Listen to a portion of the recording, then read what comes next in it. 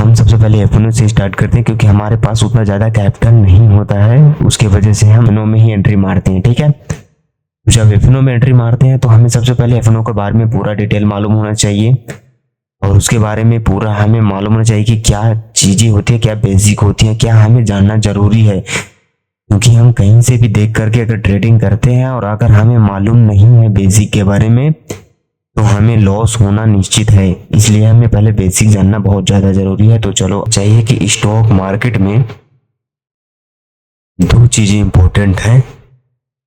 पहला है कि तुम लोग सबसे पहले F1 करने आओगे। ठीक है, तुम लोग सबसे पहले F1 करने आओगे या किसी स्टॉक में इन्वेस्ट करने आओगे, दो चीज़ में से एक चीज़ करने आओगे। ठीक है, तो जब दो चीज़ में एक चीज़ करने आओगे तो तुम्हें बेसिक तो मालूम होना चाहिए ना मेरे भाई।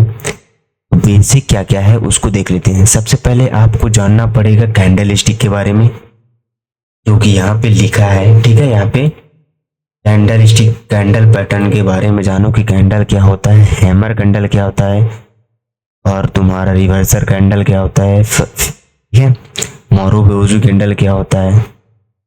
तो पहले ये कैंडल के बारे में समझेंगे क्लास 1 में।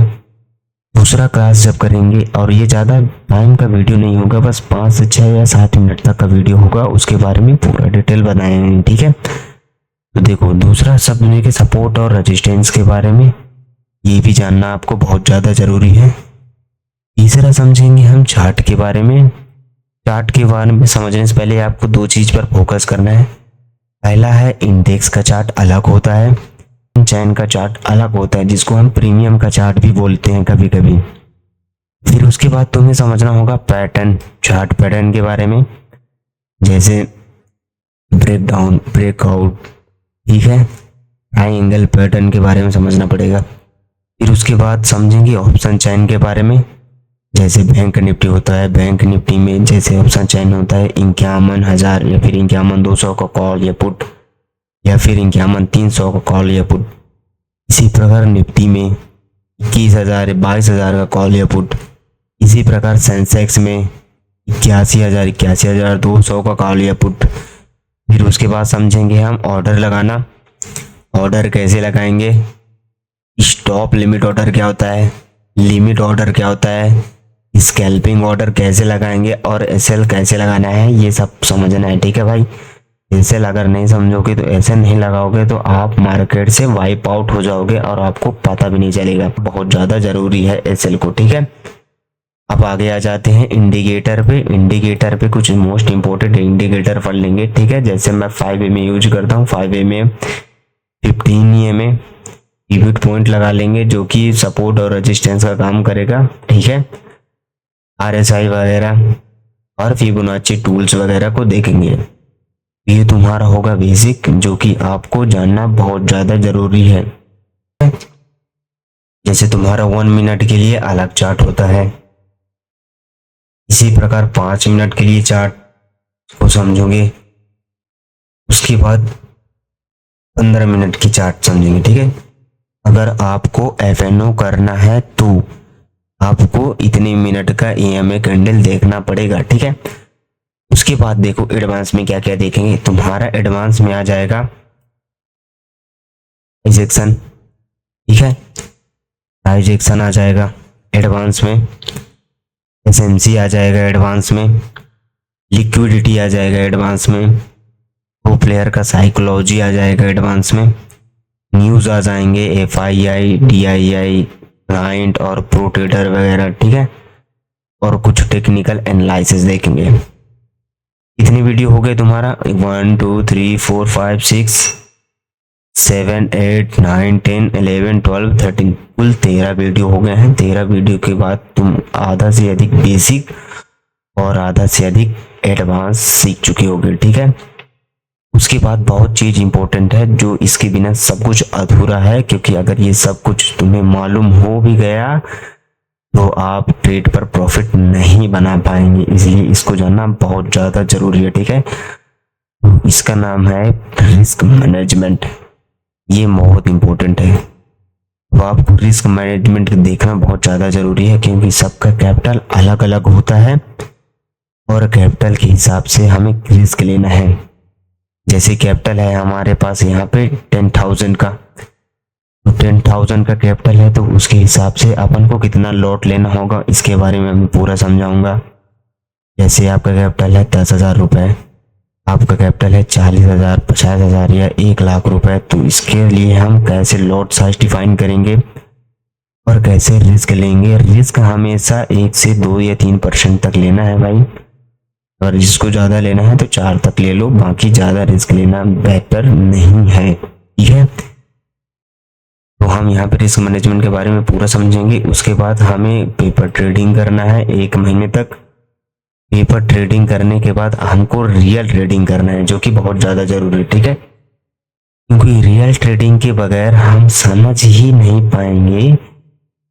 और जब तक रियल मनी से ट्रेडिंग नहीं करेंगे तो हमारे अंदर का इमोशनल जो कि हमारे अंदर बैठा होता है लालच, उसको कंट्रोल नहीं कर पाएंगे, फोमो आ जाएगा, हमारा माइंड सेट खत्म हो जाएगा और हम ट्रेड में ज़्यादा होल्ड नहीं कर पाएंगे और ट्रेड में निकल जाएंगे डर के मारे, क्योंकि हमें मालूम भी रहेगा कि मार्केट ऊपर जाएगा, फिर भी हम डर में निकल सकते हैं, ठीक है।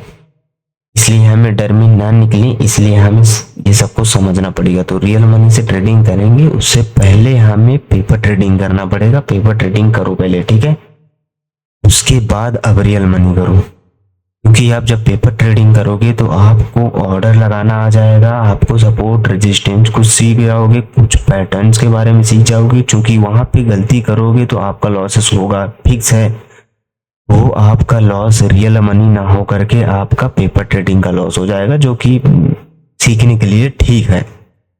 तो आप पेपर ट्रेडिंग करके ये तुम समझ सकते हो, तुम्हारा मैनेजमेंट देखना बहुत ज़्यादा जरूरी है, क्योंकि सबका कैपिटल अलग अलग होता है और कैपिटल के हिसाब से हमें रिस्क लेना है। जैसे कैपिटल है हमारे पास यहाँ पे 10,000 का, तो 10,000 का कैपिटल है तो उसके हिसाब से अपन को कितना लॉट लेना होगा इसके बारे में मैं पूरा समझाऊंगा। जैसे आपका कैपिटल है 10,000 रुपये, आपका कैपिटल है 40,000, 50,000 या 1,00,000 रुपए, तो इसके लिए हम कैसे लॉट साइज डिफाइन करेंगे और कैसे रिस्क लेंगे। रिस्क हमेशा 1 से 2 या 3% तक लेना है भाई, और जिसको ज़्यादा लेना है तो 4 तक ले लो, बाकी ज़्यादा रिस्क लेना बेटर नहीं है, ठीक है। तो हम यहाँ पे रिस्क मैनेजमेंट के बारे में पूरा समझेंगे। उसके बाद हमें पेपर ट्रेडिंग करना है 1 महीने तक। पेपर ट्रेडिंग करने के बाद हमको रियल ट्रेडिंग करना है, जो कि बहुत ज़्यादा जरूरी है, ठीक है, क्योंकि रियल ट्रेडिंग के बगैर हम समझ ही नहीं पाएंगे। और जब तक रियल मनी से ट्रेडिंग नहीं करेंगे तो हमारे अंदर का इमोशनल जो कि हमारे अंदर बैठा होता है लालच, उसको कंट्रोल नहीं कर पाएंगे, फोमो आ जाएगा, हमारा माइंड सेट खत्म हो जाएगा और हम ट्रेड में ज़्यादा होल्ड नहीं कर पाएंगे और ट्रेड में निकल जाएंगे डर के मारे, क्योंकि हमें मालूम भी रहेगा कि मार्केट ऊपर जाएगा, फिर भी हम डर में निकल सकते हैं, ठीक है। इसलिए हमें डर में ना निकले, इसलिए हमें ये सबको समझना पड़ेगा। तो रियल मनी से ट्रेडिंग करेंगे उससे पहले हमें पेपर ट्रेडिंग करना पड़ेगा। पेपर ट्रेडिंग करो पहले, ठीक है, उसके बाद अब रियल मनी करो, क्योंकि आप जब पेपर ट्रेडिंग करोगे तो आपको ऑर्डर लगाना आ जाएगा, आपको सपोर्ट रेजिस्टेंस कुछ सीख जाओगे, कुछ पैटर्न्स के बारे में सीख जाओगे। क्योंकि वहां पे गलती करोगे तो आपका लॉसेस होगा, फिक्स है, वो आपका लॉस रियल मनी ना हो करके आपका पेपर ट्रेडिंग का लॉस हो जाएगा, जो कि सीखने के लिए ठीक है। तो आप पेपर ट्रेडिंग करके ये तुम समझ सकते हो, तुम्हारा कैंडल स्टिक पैटर्न के बारे में समझ जाओगे, सपोर्ट रेजिस्टेंस चार्ट कैसे पैटर्न और ऑप्शन चेन के बारे में, कौन सा क्या खरीदना है क्या बेचना है, ऑर्डर समझ जाओगे कैसे लगाना है, स्टॉप लिमिट ऑर्डर ये सब सीख जाओगे और कुछ इंडिकेटर समझ जाओगे, जिससे आपको मार्केट को एनालाइज करने में दिक्कत नहीं होगा, ठीक है। बहुत ज़्यादा तुम्हें कंफर्मेशन मिल जाएंगी और तुम मार्केट में आसानी से ट्रेड ले पाओगे। तो ये हमारा बेसिक है, इसको पहले समझना है गाइस, उसके बाद ही मार्केट में उतरना है, वरना आपका लॉसेस फिक्स है। इसलिए सबको पहले ध्यान से पढ़ लेना है। 15-16 वीडियो बनेंगे, आपको पूरा 15-16 वीडियो का सीरीज एक बार देख लेना है। 5-5 10 मतलब 5-5 6-6 मिनट का वीडियो रहेगा। के बारे में आपको पूरा डिटेल मिल जाएगा, जो कि मैंने जहाँ से सीखा है आपको सरल से सरल तरीके में सिखाने का प्रयास करूंगा। ठीक है, तो आप जाके देखिए, मेरे इंस्टाग्राम के बायो में लिंक है यूट्यूब का, आप यूट्यूब ज्वाइन करिए और यूट्यूब की सहायता से आप वो 15 सीरीज को आप देखिए, उसके बाद ही ट्रेडिंग करने के लिए जाइए, ताकि आपको लॉसेस होने का चांस कम हो। ठीक है गाइस, तो आज के लिए इतना ही, मिलते हैं नेक्स्ट वीडियो पर। धन्यवाद।